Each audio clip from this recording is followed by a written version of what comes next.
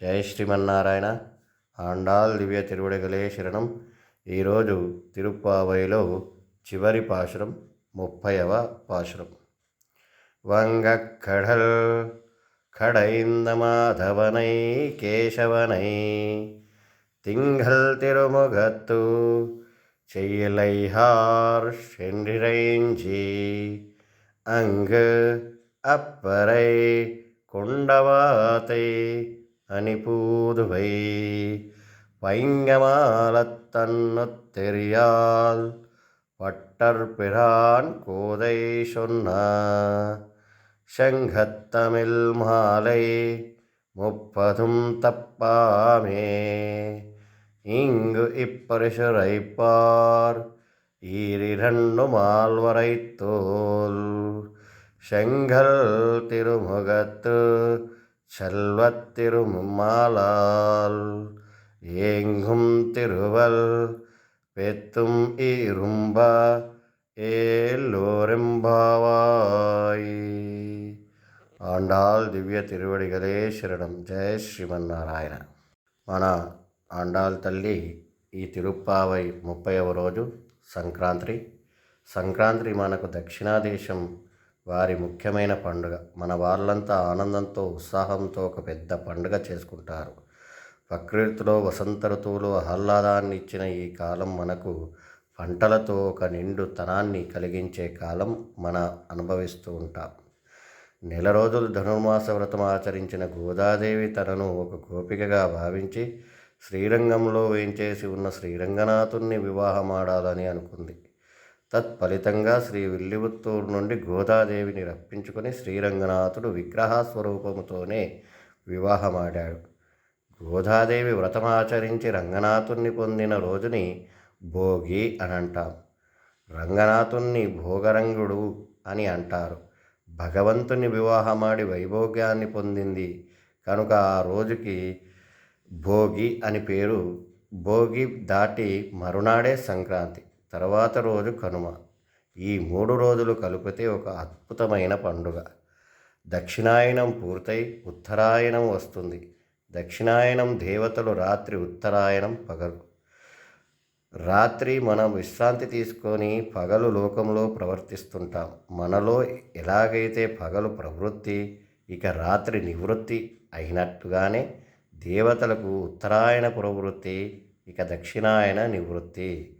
దేవతలు మేల్కొని ఉన్నప్పుడు మనుష్యులతో దైవీ శక్తులు మేల్కొని ఉంటాయి. దక్షిణాయనంలో అసుర ప్రవృత్తులు మేల్కొని ఉంటాయి. ఈ రోజుల్లో బ్రహ్మ ముహూర్తం ఎట్లా అయితే తెల్లవారుతున్నటువంటి సమయము ఉంటుందో ధనుర్మాసకాలం గతాన్ని పెంచేదిలా ఉంటుంది. ఇప్పుడు చేసిన ఆచరణ ఏడాదిలో కాలం మనల్ని మంచి మార్గంలో నడిచేటట్టు చేస్తుంది. ఈ భావనతోనే మనం ధనుర్మాస వ్రతం ఆచరిస్తాం. తిరుప్పావై యొక్క పాశురాన్ని తెలుసుకొని ఆ జ్ఞానంతో బాగుపడేటట్టు మనల్ని తయారు చేసుకుంటాం. తద్వారా చుట్టూ ఉండే లోకాన్ని ఎట్లా చూడాలి, మన చుట్టూ ఉండే సమాజంతో ఎట్లా ప్రవర్తించాలి అనేది తెలుస్తుంది. మనలో చక్కని సంసారం ఏర్పడుతుంది. మంచి మార్గం అడుగుపెట్టడం అన్నమాట క్రాంతి. క్రాంతి అంటే అడుగుపెట్టడం, సంగ్ అంటే మంచిగా అని అర్థం. ఈ రకంగా మంచిగా బ్రతకడానికి తీసుకున్న నిర్ణయం కాబట్టి అది సంక్రాంతి అయింది. సూర్యుడు ఒక రాశి నుండి మరొక రాశికి మారే సమయం కూడా ధనుర్రాశి నుండి మకర రాశికి మారతాడు. కనుక కొందరు ఈరోజు శుభకార్యాలు చెయ్యరు. సంక్రమణం ఏర్పడుతుంది. పితృదేవతలకు తృప్తి కలిగించటానికి నువ్వులు మొదలైన వాటితో తర్పణాదులు చేస్తుంటారు. అందుకే మరునాడు కనుమ పండుగ. తమ బంధువులను అల్లలను ఇంటికి రప్పించుకొని వివిధ సత్కారములు చేసి ఎందుకు చేస్తారంటే తిరిగి గోదాదేవి ఆచరణయే కారణం. శ్రీరంగనాథుడు గోదాదేవిని వివాహమాడుటచే విష్ణుచిత్తుల వారి కల్లుడయ్యాడు. శ్రీరంగంలో వివాహం జరిగింది. కనుమనాడు గోదాదేవితో కలిసి విల్లిపుత్తూరుకు చేరి ఆరాధన అందుకుంటాడు. ఇవన్నీ భావించి మన పూర్వులు మనకు ఒక పండుగను అందించారు. ఈ పండుగల్లో గొబ్బిళ్లను పూజిస్తారు. గొబ్బిళ్ళ వ్రతం ఆచరించే గోపికలు ప్రతీక. గోపికలు శ్రీకృష్ణుణ్ణి కోరినవారు వేరొకరు వారికి తెలియదు. శ్రీకృష్ణుడు ఏది చెబితే అది వారికి వేదం. ఆయన చెప్పిన దాన్నే పాటించాలని కోరుకుంటారు. ప్రతి వ్యక్తి ఈ గోపిక ప్రవృత్తితో గోదాదేవి ఎలాగైతే భగవంతుణ్ణి పొందిందో మనం కూడా భగవత్ ప్రవృత్తి కలిగి లోకంలో ప్రవర్తించాలని తెలియడానికి మన పెద్దలు మనకు ఈ అందమైన పండుగను ఏర్పాటు చేసి ఇచ్చారు. మనం ఆచరించే ప్రతి పండుగకి పై ఆనందాన్ని ఇచ్చేవిగా అనిపించిన దాని వెనకాతల ఆధ్యాత్మికమైనటువంటి మన ప్రతి పండుగ కనిపిస్తూ ఉంటుంది. ప్రతి పండుగలో 3 విషయాలు సూచిస్తారు. ఆధ్యాత్మికత శక్తి ఉంటుంది, శారీరక ఆనందం ఉంటుంది, మన దోషాలు తొలగుతూ ఉంటాయి. మామూలుగా మనం వంట వండేటప్పుడు, కూరగాయలు తరిగేటప్పుడు, అన్నం ఉడికించేటప్పుడు మనం తెలియకుండా కొన్ని సూక్ష్మజీవుల్ని సంహరిస్తుంటాం. అలా చేసినందుకు మనం పంచమహాపాతకాలు చుట్టుకుంటాయి అంటుంటారు. మనం అన్నం మాని నివృత్తి చేయలేం. అందుకే పంచమహాయజ్ఞాలు చేయాలని అంటారు. అవి మన దేవతలను ఆరాధించడం, మనకు శరీరం ఇచ్చినందుకు పితృదేవతలను ఆరాధించడం, మన చుట్టూ ఉండే ప్రాణకోటితో భూతదయతో ప్రవర్తించడం, దాన ధర్మాలు చేయటం, ఇలా పంచమహాయజ్ఞాలు చేయాలని అంటారు. ఒక రైతు పంట పండించేందుకు భూమి దున్ని మొదలుకొని క్రిమికీటకాల సంహారం చేస్తాడు. కాబట్టి రైతు తప్పనిసరి పంచమహా యజ్ఞం చేయాల్సి వస్తుంది. ఇండ్ల ముందు వివిధ ధాన్యాలు చల్లటం, ఇలా తమ వృద్ధిని చూపటంలో పాటు లోపల భూత దయ ఇమిడి ఉంటుంది. పంట ఇంటికి తెచ్చే ముందు ప్రకృతి దేవతలు ఆరగింపు చేస్తారు. వివిధ దాన ధర్మాలు చేయనంత వరకు చేస్తారు. బసవన్నలను సత్కరిస్తారు. రంగనాథుని సత్కరించినట్లా అన్నట్లు తమ అల్లులను సత్కరించి, అలాంటి ఈ పండుగ మనలోని దోషాలను తొలగించి పుష్టిని ఇచ్చుగాక. ఈరోజు పాశురంలో అదే చెప్తుంది.